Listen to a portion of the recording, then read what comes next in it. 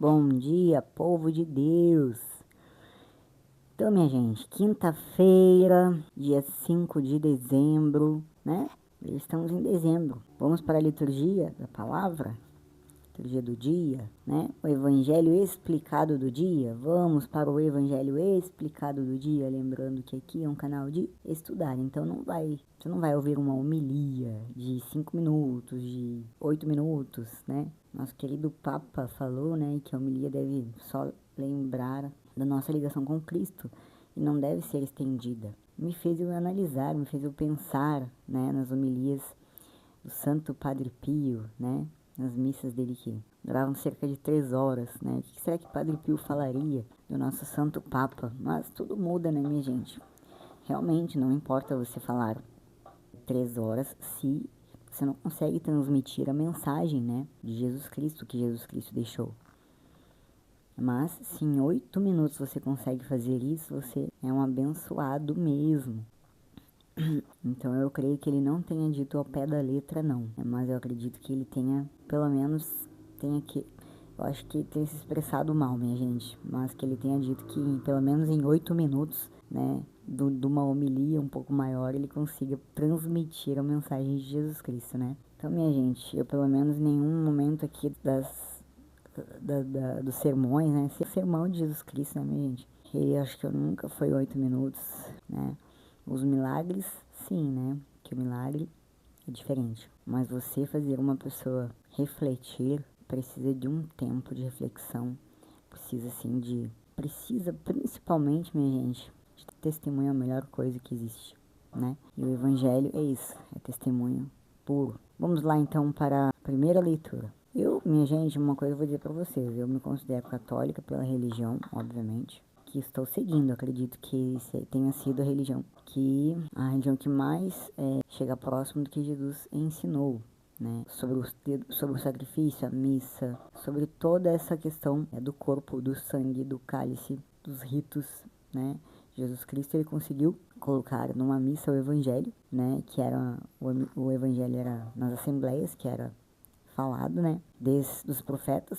Ele conseguiu colocar a parte do templo, né, onde eram feitos as ofertas, sacrifícios, né. Ele conseguiu unir também, né, na Santa Ceia, o seu discipulado, né, onde o centro ali, o representante é o sacerdote.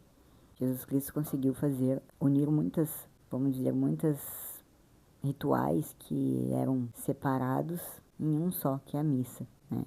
Então, hoje em dia, tá tudo muito estranho, até dentro das religiões, né? Mas lembrando que aquele que segue Jesus Cristo, aquele que crê e que segue o seu evangelho, este é o verdadeiro cristão, né, minha gente?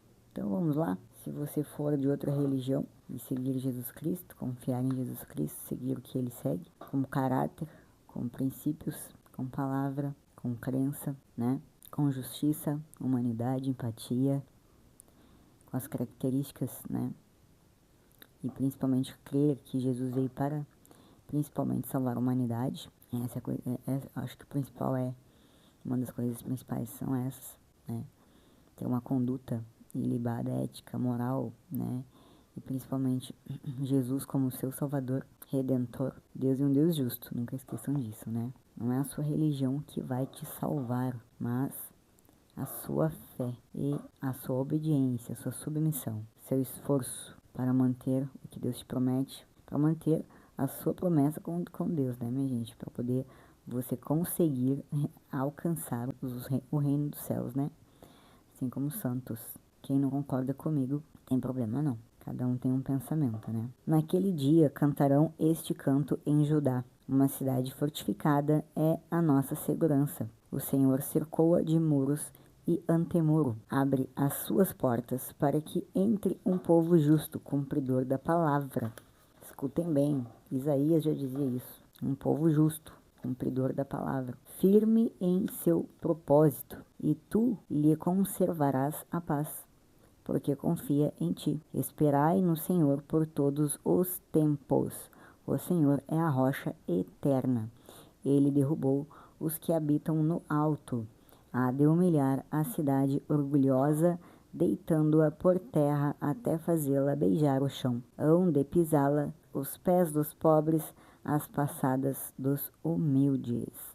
Palavra do Senhor. Então, minha gente, lembrando que o profeta Isaías era um poeta, né? Então, com certeza, né, esse cântico, esse louvor, né, que é da primeira parte, né, é um louvor, né, que primeiramente o profeta Isaías ele começa desta forma, né, naquele dia cantar-se-á este cântico, né, a terra de Judá. Então, assim, uma cidade fortificada. Vamos lá para o que diz a explicação. Aqui fala do louvor, da confiança, né, uma expressão de fé do povo de Israel no Deus que salva. Os versículos, né, iniciais do capítulo, naquele dia cantar-se-á, como falei para vocês, representa não apenas um momento específico no tempo, né, mas também um estado de ser, uma época em que a justiça e a redenção de Deus se manifestarão plenamente.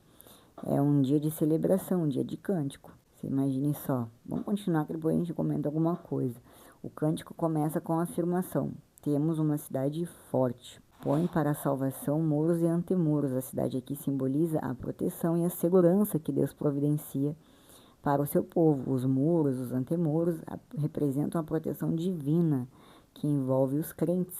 Esta imagem evoca a sensação de refúgio e abrigo, né, onde os filhos de Deus podem encontrar paz e segurança em meio às tormentas da vida. Quem já passou por grandes e sérios problemas e confia em Deus, compreende de forma plena o que eu estou falando aqui, né? Só Deus consegue suprir uma dificuldade, suprir uma falta, suprir uma carência, suprir uma necessidade, que vai muito além da alimentação, muito além de tudo, né? Porque às vezes você pode ter tudo e lhe faltar. É só Deus que consegue fechar esses buracos.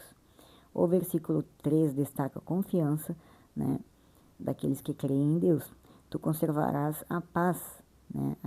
Tu conservarás em paz aquele cuja mente está firme em ti. Porque aqui encontramos uma ligação vital entre confiança e paz. A pessoa não vai ficar se descabelando, apavorada, né? Ela pode sofrer e ela vai sofrer, mas mesmo com sofrendo, ela vai confiar mesmo no sofrimento. Então ela sofre, segura que uma hora a justiça chegará. Não é simplesmente, vou confiar, vou seguir alegre e contente que no final tudo vai se ajeitar. Não, quando a coisa é muito difícil, isso é muito superficial, né, gente? Muito superficial pensar assim.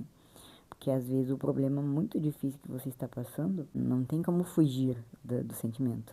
Da tristeza, né, da decepção, das coisas que nós somos humanos, nós sentimos sentimentos de pessoas humanas, mas a confiança na justiça, na providência de Deus, essa não faltará para aquele que crê. Quando se fala em rocha, né, geralmente Jesus significa a rocha, né? Quando se fala em Jesus, sempre lembre-se disso, né? A rocha que você constrói a sua casa em cima desta rocha, né, que é Jesus Cristo. Pode vir o que vier, tempestade, chuva, pode vir ventania, pode vir o que for, que você está sobre a segurança, né, a segurança, a certeza que você uma hora vai passar por tudo isso, que tudo isso vai passar, e você terá o seu lugar guardado lá no reino dos céus. Então, a rocha, para você entender mais o que significa que esta é uma poderosa imagem, né, de imenso significado. Muitos sonham com a rocha, né, com a rocha. Muitos, até falamos sobre isso esses dias, né. É aquela confiança, é aquela inabalável e sólida fundação que Deus te dá, né, que Deus te dá essa segurança, só Deus te dá essa segurança, mais ninguém. Não tem marido, minha gente, não tem marido, não tem pai, não tem mãe, não tem ninguém. Deus é que te dá essa segurança, né. E bom é quando temos um pai, uma mãe, um marido que também tem isso, né, minha gente? Um irmão, um amigo. Mas quando não se tem, né, quem te dá toda esta confiança é Deus. É a rocha, né? No caso, Jesus Cristo, que foi Deus em forma humana. Não precisamos temer, né? Nós temos esta segurança. Depois, nos versículos finais, né, do cântico, enfatizam a confiança inabalável, né, em Deus, no Senhor. né? Porque ele abaixa os que habitam nas alturas. Na cidade inacessível, abaixa e abaixa até o chão, lança até o pó. Aqui vemos a soberania de Deus. Deus sobre todas as coisas. Ele é capaz de exaltar e humilhar, né? De erguer e derrubar. Então ele pode até te levantar e pode te derrubar. Ele te dá, ele te toma. Tudo depende da sua submissão, né? Da sua crença. Você não pode deixar se envolver pelas coisas do mundo. Quantos exemplos nós temos, né? E quantos exemplos, assim, que poderiam dar grandes frutos mesmo, caírem, né? Caírem mesmo, como a gente vê na Bíblia mesmo, tem vários exemplos. No entanto, sua ação é sempre motivada por sua justiça e graça, né? No versículo 6, os pés calcarão aos pobres e aos miseráveis, os pés dos necessitados. Aqui vemos as promessas, né? De Deus que não traz apenas salvação e segurança, mas também levanta os oprimidos, tá? E dá esperança aos necessitados. Ele é o Deus que cuida dos mais fracos e vulneráveis, tá, minha gente? E seus filhos podem confiar plenamente em sua provisão. Então, se você é oprimido, se você é humilhado, confia. Confia que Deus vai te honrar. Deus te honrará. Ele sempre honra. Né? Nem que não seja nesta vida. Importante até na outra vida, não é nem nessa, né? No povo. Em Isaías, na ressurreição, quando eu falo em outra vida, pelo amor de Deus, gente. Quando a gente puder sair desse mundo aqui para outro mundo. Né? Então, nós somos convidados a unir, né, a nossa voz a este cântico. E daquele que é o povo de Deus, né? Dos que creem.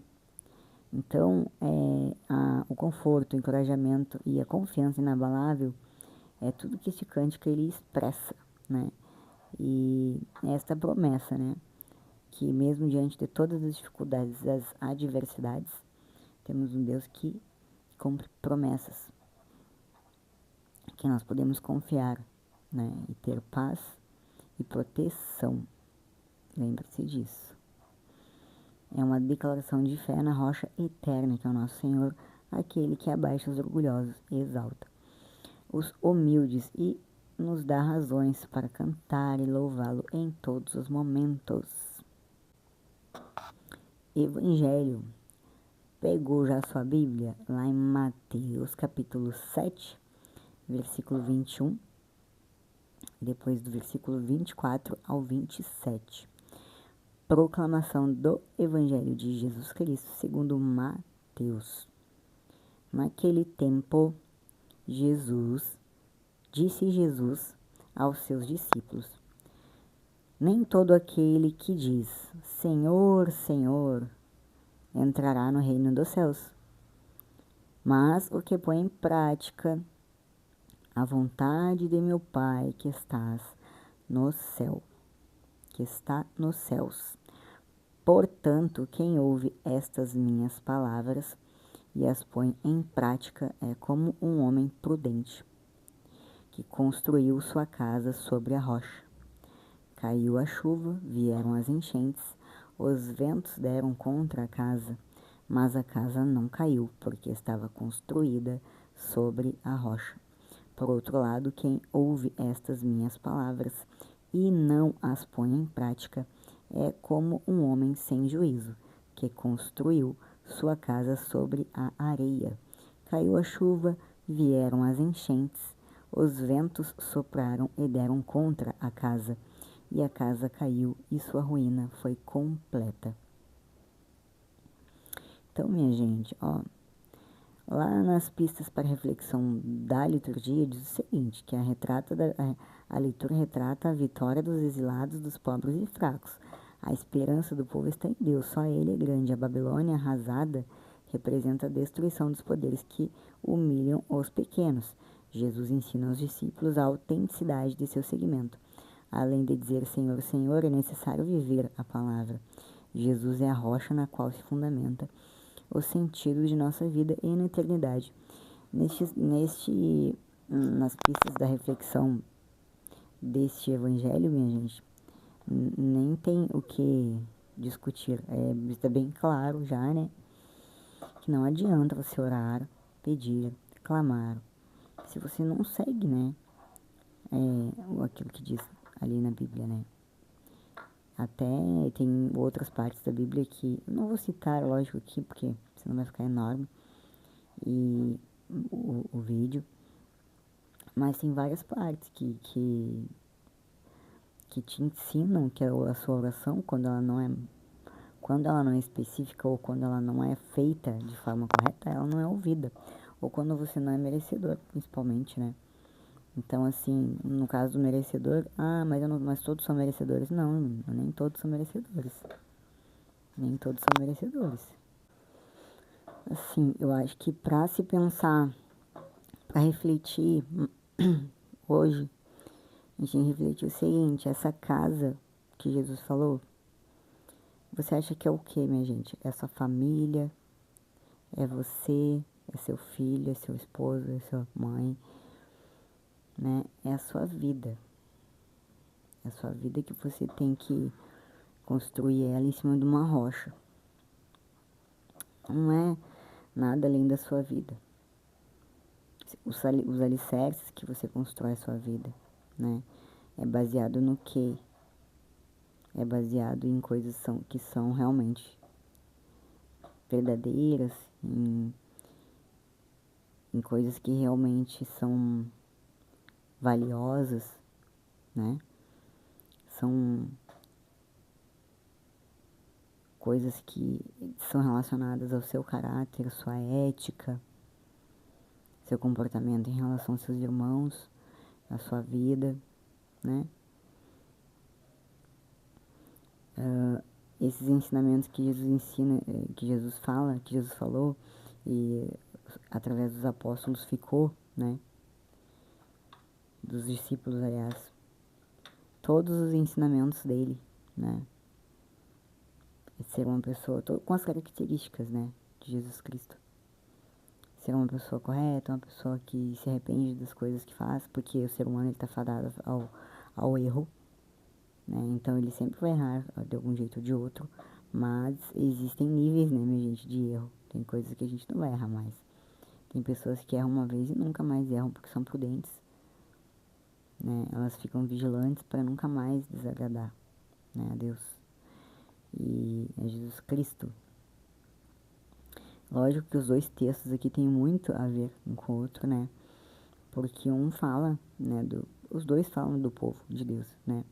Dos discípulos de Jesus Cristo, né? Primeiro Deus, depois Jesus Cristo como Deus vivo, né? Então, confiar em Jesus, ouvir a sua palavra e tentar viver a sua palavra proporcionará um alicerce para a nossa vida, que nos permitirá suportar as grandes tempestades que vêm, as dificuldades. Como todos sabemos, precisamos de um solo sólido sobre nós ao longo da vida. E Jesus é este solo, Jesus é esta rocha que nos sustenta. Porém, uma coisa que Jesus faz uma referência que é muito importante que seja dita, né? Que ele diz o seguinte, porque muitos, né, minha gente, dizem, mas Senhor, Senhor, eu fiz isso e aquilo, mas Senhor, Senhor, eu preguei, Senhor, Senhor, eu falei, Senhor, Senhor, mas não é só sobre isso que Jesus fala, né? Jesus diz o seguinte, ele se refere a ouvir, falar e fazer. Em três coisas, ouvir, falar e fazer. Elas têm que andar em consonância, elas têm que andarem juntas, né?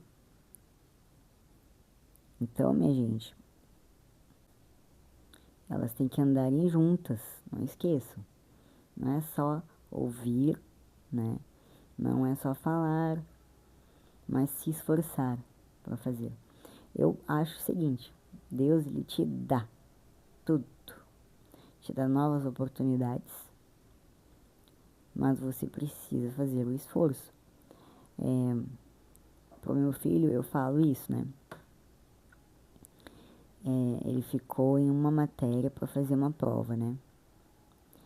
Para fazer a prova para passar de ano. Então, eu falei para ele, filho, você tem que estudar, fazer o esforço. Você ficou numa, você teve a oportunidade de passar em todas, né, de primeira, mas você ficou numa. Eu não posso ficar em cima de você o dia inteiro. Você já tem consciência, né, que consegue estudar sozinho. Você sabe que precisa passar. Se você repetir, você vai sofrer. A única coisa que eu posso te falar é isso. A mamãe não pode ir lá fazer a prova para você. E se você não passar de ano, você vai sofrer e vai chorar. E o tempo não volta mais. Vai ser um ano perdido, né? Então, é um exemplo bem diferente, né, logicamente, mas é assim com a vida da gente. Né? A gente erra, Deus nos dá oportunidades novas e a gente às vezes não sabe valorizar. E quando perde, não adianta chorar. Não adianta chorar. Pode até que no futuro melhore tudo, mas o tempo ele não volta mais, né? E o que poderia ter sido, não vai ser mais. E Deus, ele reajusta todas as rotas que estavam já programadas, vamos dizer assim, né? Tudo que era para ser bom, belo, né? Para ser lindo, maravilhoso,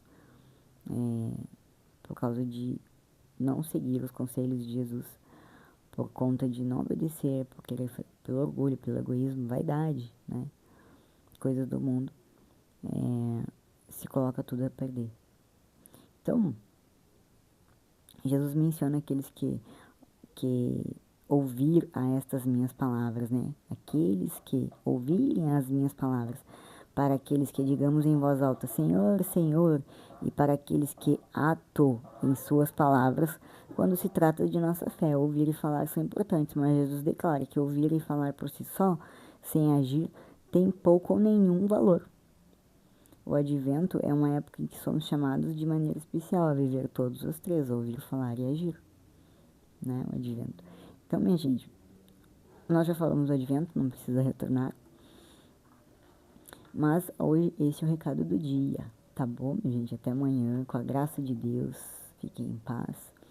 Shalom, shalom, que Deus esteja conosco. E Deus é contigo, irmão. Nunca esqueça disso, né? Construa a sua casa sobre uma rocha firme e forte. Amém?